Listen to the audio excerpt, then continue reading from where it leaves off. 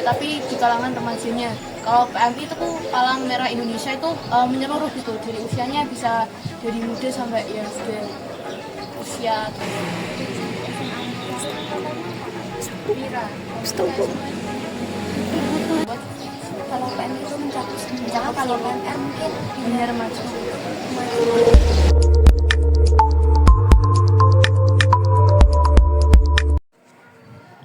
Assalamualaikum warahmatullahi wabarakatuh.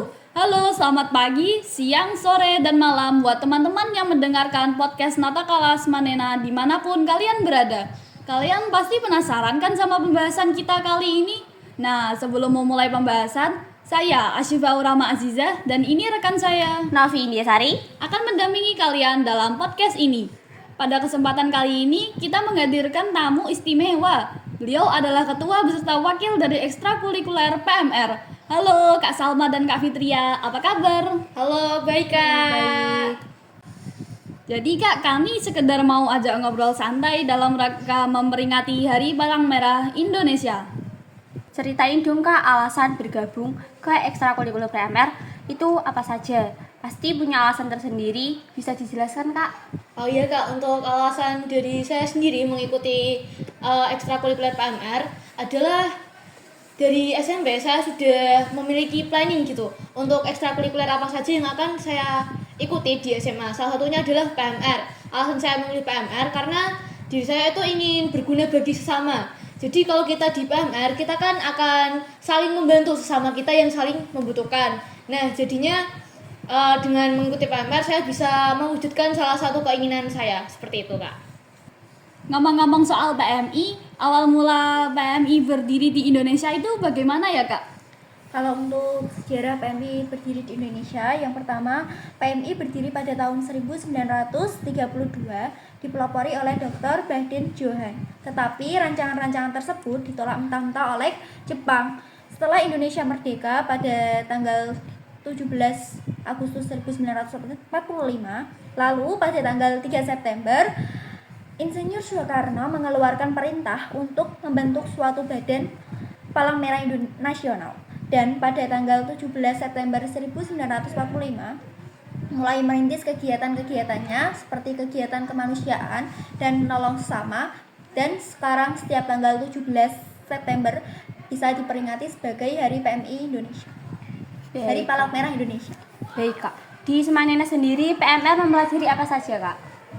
Untuk di Semanena sendiri, di ekstrakurikuler PMR kita belajar banyak sekali Kak. Nah, salah satunya ada pertolongan pertama, ada PK, siaga bencana, dan masih banyak lagi. Intinya kita diajarkan tentang mengenai bidang kesehatan, begitu Kak. Wah, nampaknya seru sekali ya. Kalau soal kegiatan, PMR sering ngadain event apa aja buat warga Semanena?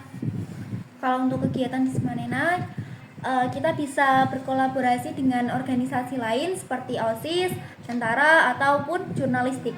Dan juga kita dapat memberikan pertolongan pertama kepada warga Semanena. Yang pertama saat Satgas Upacara. Yang selanjutnya ada mengumpulkan bantuan untuk korban bencana berupa dana sosial ataupun bantuan sandang maupun pangan.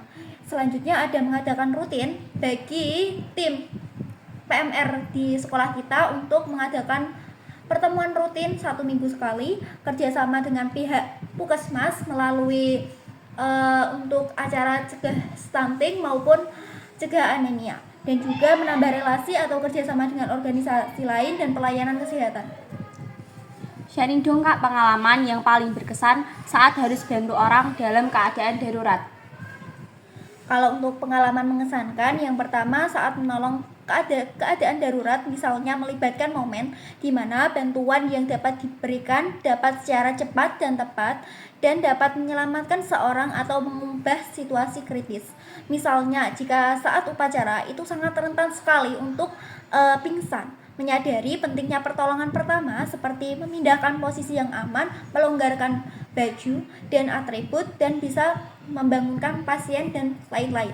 Pengalaman semacam ini seringkali mengajarkan banyak hal tentang ketenangan, pengambilan keputusan secara tepat, dan empati, serta meningkatkan rasa tanggung jawab terhadap sesama. Bagaimana dengan pengalaman teman-teman yang lain? Mungkin lebih mengesankan sekali.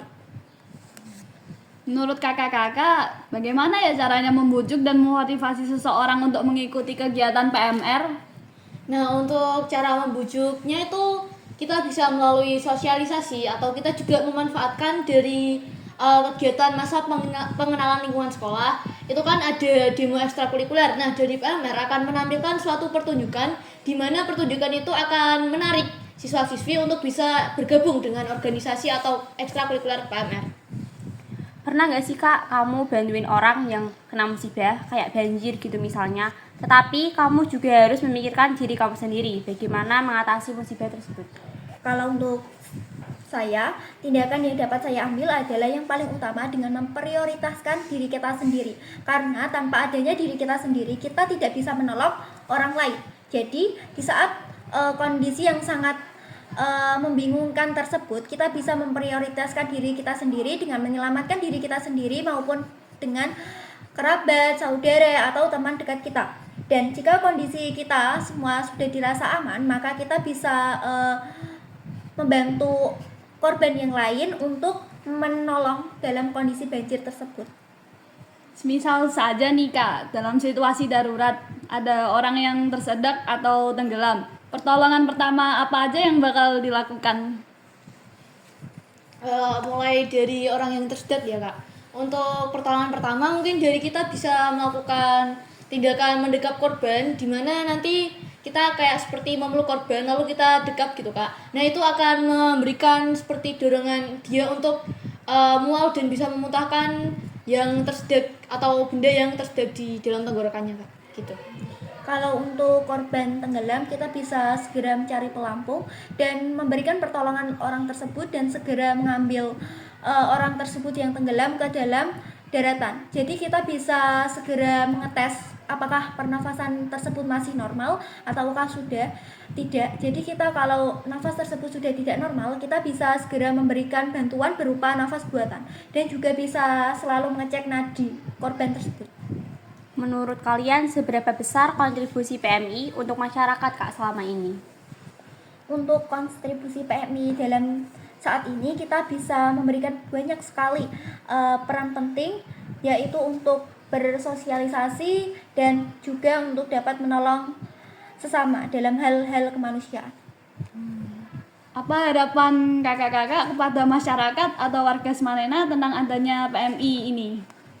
Harapan kami kepada warga Semanena semua, kita kan di sini kan sebagai makhluk sosial ya. Jadi kita tetap selalu membutuhkan bantuan kepada orang lain. Jadi kita walaupun warga Semanena bukan semuanya warga Semanena adalah termasuk orang-orang PMI, tetapi saya berharap kalian warga Semanena itu agar tetap saling membantu, saling gotong royong, saling bahu membahu dan saling mengulurkan tangan untuk hal-hal kemanusiaan ataupun hal kesehatan. Ada gak sih Kak tantangan atau kesulitan yang pernah kamu rasain selama menjadi anggota PMR atau saat berperan dalam kegiatan PMI? Untuk tantangan sendiri pastinya ada Kak. Nah, contoh saja ketika kita menolong korban itu biasanya orang yang sakit kan tidak tahu berat badannya itu seperti apa. Nah, dari kita mungkin tantangannya itu ketika kita harus membantu seseorang yang berat badannya lebih dari kita. Mungkin itu bisa kita minimalisir atau kita atasi dengan menolong dengan beberapa orang. Nah, untuk yang lainnya mungkin pada saat upacara kebanyakan korban itu telat makan. Nah, kita juga sebagai siswa juga kadang telat makan atau belum sarapan. Nah, di saat kita juga merasakan lapar atau sakit perut, tapi kita juga harus bisa menolong korban yang sedang sakit tersebut Kak. Jadi kita harus bisa profesional. Mungkin tantangannya seperti itu Kak. Terima kasih banyak kepada Kak Salma dan Kak Fitria atas waktu dan jawabannya yang sangat menginspirasi. Sebelum kita menutup sesi ini, bolehlah Kak bagi-bagi kalimat motivasi. Kalau untuk dari saya, tetaplah jadilah sumber inspirasi bagi orang di sekitar. Mungkin dengan Kak Alfa bagaimana? Untuk dari saya sendiri, tetaplah sayangi diri kalian. Jangan lupa untuk mencintai diri kalian karena hidup kalian adalah untuk diri kalian, tidak hanya untuk orang lain. Jadi cintai diri kalian sebelum mencintai orang lain. Seperti itu Kak. Sekali lagi terima kasih atas kehadiran podcast Natakala kali ini. Semoga obrolan kita bisa memberi inspirasi dan wawasan baru. Sampai jumpa di episode berikutnya. Tetap semangat dan terus berkarya.